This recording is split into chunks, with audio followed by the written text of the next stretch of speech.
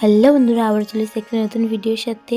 আর আজকে আমি দেখো একদম একটা পারফেক্ট রেসিপি শেয়ার করছি। হোলির দিন কিন্তু নিরামিষভাবে এইভাবে বানিয়ে সবাইকে খাওয়ালে সবাই খুব খুশি হয়ে যাবে। তো দেখো, তার জন্য প্রথমেই আমি এখানটায় ময়দাটা মেখে নিচ্ছি ময়ম দিয়ে। ময়দাটা একদম নর্মাল লুচি পরোটার মতো করেই মেখে নেব।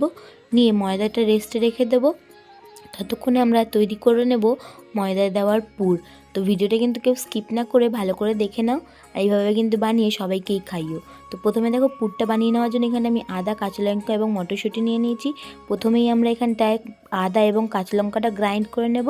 তারপরে মটরশুঁটিটাকেও খুব ফাইনভাবে গ্রাইন্ড করে নেব। গ্রাইন্ড করে নেওয়া হয়ে গেলে তারপরে এটাকে ফোড়ন লাগিয়ে নেব। তার জন্য প্রথমে দেখো, কড়াইতে তেল গরম হয়ে গেছে, তার মধ্যে আমি দিয়ে দিলাম হিং, জোয়ান এবং কাঁচা লঙ্কা, আদা বাটা। সব কিছুকে দেখো তেলের সাথে খুব ভালো করে নাড়িয়ে চাড়িয়ে নিয়েছি। নিয়ে এবার এর মধ্যে দিয়ে দেবো গ্রাইন্ড করে রাখা মটরশুঁটিটা।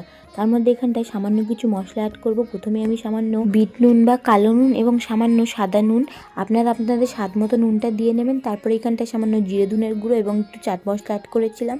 তারপরে এখানটায় সামান্য চিনিও অ্যাড করে দেবো। এটা করলে কিন্তু টক ঝাল মিষ্টি একটা দারুণ ফ্লেভার আসবে, তার জন্যই এটা করা। তো দেখো, আমাদের পুর তো এখানটায় একদম রেডি হয়েই গিয়েছে। এবার পুরটা আমরা তুলে নেবো একটা থালায়। নিয়ে এটাকে একটু ঠান্ডা করে নেব।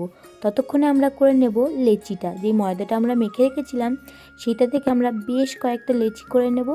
তারপরে এই লেচিগুলো করে নেওয়ার পরে লেচির মধ্যে আমরা ভালো করে মটরশুঁটির পুরটা ঢুকিয়ে দেবো। তো দেখো, এখানটা একটা লেচি নিয়ে আমি বাটির শেপ করে নিয়েছি। নিয়ে পরিমাণ মতো এখানটায় মটরশুঁটির পুরটা দিয়ে দিয়েছি। দিয়ে সুন্দর করে একটা লেচি তৈরি করে নিয়েছি।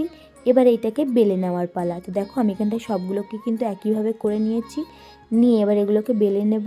আর তেলটাও কিন্তু গরমে বসিয়ে দিয়েছি। তো এটা বেলে নিচ্ছি। আর তেলটা কিন্তু খুব বেশি আমরা গরম করব না, একদম মিডিয়াম গরম হবে। তখনই আমরা বেলে লুচিগুলোকে বা পুরিগুলোকে দিয়ে দেবো। দিয়ে ভালো করে একদম লো টু মিডিয়াম ফ্লেমেই ভেজে নিতে হবে। তো দেখো, আমার পুরিগুলো কত ভালো ফুলেছে আর কত সুন্দর হয়েছে। তো একে একে সব পুরিগুলো কিন্তু একইভাবে আমি এরকম ভেজে নেব। আর সবগুলোই কিন্তু খুব ভালো ফুলবে যদি এইভাবে আপনারা করো।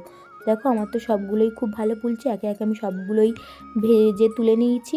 আর এখানটা আমি করেছিলাম একদম নিরামিষভাবে আলুর দম, কাশ্মীরি আলুর দমও বলতে পারো। কিন্তু আমি এখানটা সামান্য মটরশুঁটি অ্যাড করেছিলাম। কাশ্মীরি আলুর দমের রেসিপি আমার চ্যানেলে অলরেডি দেওয়া আছে, তা আপনারা চাইলে দেখে নিতে পারেন। তো আমি এখানটা আলুর দমের সাথেই পুরিগুলোকে সার্ভ করেছিলাম। আর খেতেও কিন্তু দারুণ হয়েছিল। আর দেখো, পুরটাও কত সুন্দর, পুরো বোঝা যাচ্ছে ভিতরে পুরটা একদম।